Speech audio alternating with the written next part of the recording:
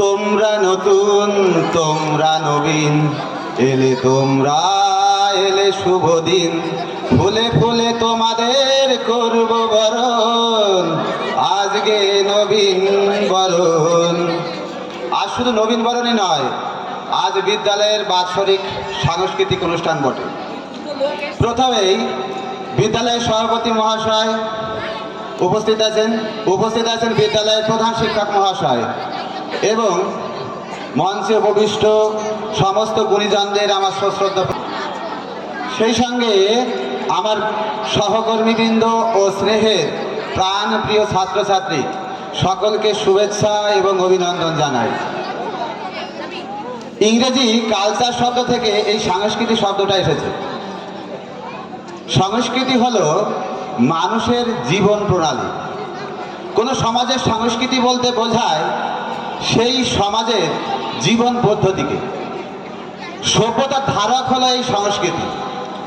সুপ্রাচীন অতীত কাল থেকে এই আধুনিক কাল পর্যন্ত সভ্যতার যে বিবর্তন ঘটেছে, যে উন্নতি হয়েছে, তার জন্য গুরুত্বপূর্ণ ভূমিকা রয়েছে এই সংস্কৃতি। আমরা এই সংস্কৃতির মধ্যে দিয়ে একে অপরের মধ্যে খুব সুন্দরভাবে ভাব বিনিময় করে থাকি। তাইতে আমারসন বলেছেন, সংস্কৃতি মানুষের সৌন্দর্য বিকাশে সাহায্য করে। শিক্ষা, খেলাধুলা, সংস্কৃতি একে অপরের সঙ্গে সম্পৃক্ত। আর সাংস্কৃতিক অনুষ্ঠানের মধ্যে দিয়ে কোনো ব্যক্তির ব্যক্তিত্বের বিকাশ ঘটে, তেমনি ব্যক্তির নেতৃত্বদানের ক্ষমতা তৈরি হয়, ব্যক্তির সৃজনশীলতা তৈরি হয় এবং তার মধ্যে যে সুপ্ত প্রতিভা রয়েছে সেই প্রতিভার বিকাশ সাধন ঘটে। আর এই সমস্ত কিছুকে লক্ষ্য রেখে যিনি এই বিদ্যালয়ে কাজ করে চলেছেন নিরলসভাবে, তার কথা না বললেই নয়, তিনি হলেন বিদ্যালয়ের প্রধান শিক্ষক মহাশয়। বিদ্যালয়ের প্রধান শিক্ষক মহাশয় তার বিগত এবং বর্তমান পরিচালন কমিটিকে সঙ্গে নিয়ে এবং আলাপ আলোচনা করে, সেই সঙ্গে বিদ্যালয়ের সমস্ত শিক্ষক শিক্ষিকাদের নিয়ে তিনি যে উন্নয়নযজ্ঞ শুরু করেছেন তা সত্যিই প্রশংসনীয়। আজ এখানে এই ছাত্রছাত্রীদের নিয়ে আমাদের যে সুন্দর অনুষ্ঠান হচ্ছে তা তারই তত্ত্বাবধান। তাই তার ভূমিকা কোনো কিছুর সঙ্গেই তুলনা করা যায় না। আমি ছন্দে ছন্দে বলবো, চাঁদ তারা সূর্য নয়, নয় সে পাহাড়ি ঝর্ণা, যদি বলি ভুল তবুও হবে ভুল, সমরেশবাবুর তুলনা হয় না। সমরেশবাবুর তুলনা সমরেশবাবু নিজেই। তিনি তার নিজস্বতা দিয়ে এই বিদ্যালয়কে নতুন আঙ্গিকে নতুনভাবে আমাদের সামনে তুলে ধরার চেষ্টা করছেন। আর সংস্কৃতি মানুষকে কিভাবে তার ব্যবহারকে পরিবর্তন করে তা একটা গল্পের মধ্যে তোমাদের বলবো। এই গল্পটা নেওয়া হয়েছে পুরাণ থেকে। পুরাণে এক ব্যক্তি বেরিয়েছেন এক ব্রাহ্মণের বাড়ির উদ্দেশ্যে। ব্রাহ্মণের বাড়িতে যাওয়ার পথে তিনি একটা ব্যাধের বাড়ি দেখেন। ব্যাধ কাদের বলা হয়?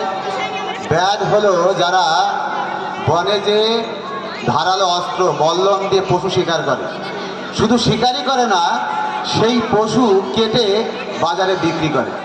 এমন এক নিষ্ঠুর পরিবার হচ্ছে ব্যাধ। এখন এই ব্যাধের বাড়ির বাড়িতে যাবার সময় তিনি দেখেন সেই বাড়িতে একটা সুন্দর কাকাতুয়া আছে। কাকাতুয়া যেমন শোভা তেমনি সৌন্দর্য। সেই শোভা এবং সৌন্দর্য দেখে সেই ব্যক্তি মোহিত হয়ে যায়। তিনি ভাবলেন যে কাকাতুয়া কথা বলতে পারে, যাই একটু সুন্দর করে কথা বলে আসে। যেই না ওই বাড়িতে ব্যাধের বাড়িতে ঢুকতে গেছেন, সঙ্গে সঙ্গে ওই কাকাতুয়া বলে, কে তুই, কোথা থেকে এসেছিস, তোর বাড়ি কোথায়, আর বিশ্রীভাবে গালিগালাজ করছে। ওই ব্যক্তি খুব মনে কষ্ট পায় যে এত সুন্দর চেহারা, এত সুন্দর দেখতে, ভাবলাম ভালো করে একটু কথা বলবো। তিনি মনের দুঃখ নিয়ে আবার ব্রাহ্মণের বাড়ির উদ্দেশ্যে রওনা হন। ব্রাহ্মণের বাড়ির উদ্দেশ্যে যখনই প্রবেশ করতে গেছেন, তিনি দেখেন যে ঠিক অবিকল একই রকম, একই শোভা বর্ধিত একটা কাকাতুয়া রয়েছে। সেই কাকাতুয়াকে দেখে তিনি আর ভেতরে ভয়ে প্রবেশ করতে চাইছেন না। কেন চাইছেন না? যদি ভেবেছে আবার যদি যায়, আবার যদি গালি খেতে হয়। তখন ওই কাকাতুয়াটা হঠাৎ করে দেখতে পেয়েছে। দেখতে পেয়ে ওই ব্রাহ্মণকে বলছে, আসুন, আপনি বসুন, আপনাকে তো এর আগে কখনো দেখিনি। আমার গৃহস্বামী এই মুহূর্তে বাড়িতে নেই, আপনি একটু অপেক্ষা করুন, পাশে ঠান্ডা জল রয়েছে, আপনার যদি তেষ্টা পায় তাহলে আপনি অবশ্যই জল পান করতে পারেন। এই কথাটা শুনে ওই কাকাতুয়ার ব্যবহার দেখে ওই ব্যক্তি মুগ্ধ হয়ে যায়। সেই সঙ্গে সঙ্গে বিস্মিত হয় যে একই রকম দেখতে, একই চেহারা, একই শোভা, তাহলে দুজনের ব্যবহার এত আলাদা কেন? তখন ওই ব্যক্তি ওই কাকাতুয়াকে জিজ্ঞাসা করে যে এর আগে আমি ব্যাধের বাড়িতে গেছিলাম এবং ব্যাধের বাড়িতে যে তোমারই মতো দেখতে, একই সুন্দর শোভা, কিন্তু তার ব্যবহার তো একই রকম পেলাম না। তখন ওই কাকাতুয়া বলে যে ওই কাকাতুয়ার আমি একই মায়ের যমজ সন্তান, কিন্তু আমাদের পালন করা হয়েছে দুটো আলাদা পরিবারে। তার সংস্কৃতি এই সংস্কৃতি থেকে আলাদা, হয়তো তা সেই কারণেই আমাদের ব্যবহার আলাদা হয়েছে। তা আমরা অবশ্যই ওই ব্রাহ্মণ বাড়ির যে সংস্কৃতি সেটা আমরা নিজেরা তৈরি করব এই আশা রাখি। এরপর নবীন দেশ, আইরে নবীন, আইরে নতুন, আইরে অরুণ, আইরে তরুণ, আইরে ভোরের পাখি, আই সকালের স্বর্ণালী রোদ, পাতায় পাতায়, শাখায় শাখায় সবাই মিলে মাখি, আইরে ভোরের পাখি। আজ যারা বিদ্যালয়ের নবাগত ছাত্র, তাদেরকে দেখে আমার পুরোনো দিনের স্মৃতির কথা মনে পড়ে যায় যে আমি এই বিদ্যালয়ে একদিন তোমাদের মতোই নবাগত ছাত্র ছিলাম। তোমাদের থেকে অনেক কথা মনে পড়ে যায়। একজন ছাত্র হিসাবে এই বিদ্যালয় সম্পর্কে বলতে পারি, এই বিদ্যালয়ে প্রতিনিয়ত জ্ঞানের ফল্গুধারা প্রবাহিত হচ্ছে। তোমরা যখনই বিদ্যালয়ে আসবে, বাড়ি থেকে একটা শূন্য পাত্রের মতো করে নিজেকে নিয়ে আসবে, এবং পাত্রটা যেন ছোট না হয়ে বড় হয়। কেন হবে?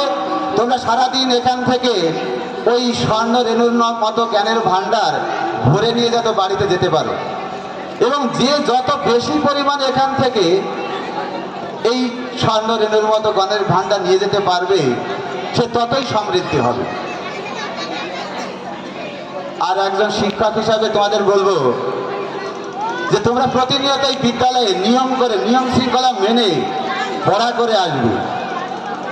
তোমরা যদি প্রতিদিন বিদ্যালয়ের পড়া করে আসো, তাহলে তোমরা জীবনে অবশ্যই সাফল্য পাবে, এবং কখন যে লক্ষ্য পূরণ হবে তা তোমরা নিজেরাও বুঝতে পারবে না।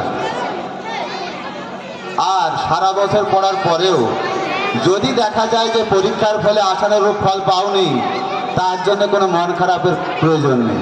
কারণ তুমি যা শিখেছো এই বিদ্যালয় থেকে, তুমি যা শিখছো তা তোমার জীবনে চলার পথে কোনো না কোনো সময়ে, কোনো না কোনো জায়গায় অবশ্যই তোমার তা কাজে লাগবে। আর তাই যদি না হতো, বিগত কয়েক দশক ধরে এই বিদ্যালয় থেকে যে সমস্ত ছাত্রছাত্রীরা পুরো উত্তীর্ণ হয়েছে, তারা কেউ এখন শিক্ষক, কেউ ডাক্তার, কেউ ইঞ্জিনিয়ার, কেউ বা ব্যবসায়ী, কেউ বা শিল্পপতি হিসাবে নিজেকে প্রতিষ্ঠিত করতে পারতো না। তা আমার আশা, আমার সামনে যে সমস্ত ছাত্রছাত্রীরা আছো, তোমরাও আগামী দিনে নিজেদের নাম প্রতিষ্ঠা করতে পারবে এবং বিদ্যালয়ের নাম উজ্জ্বল করবে।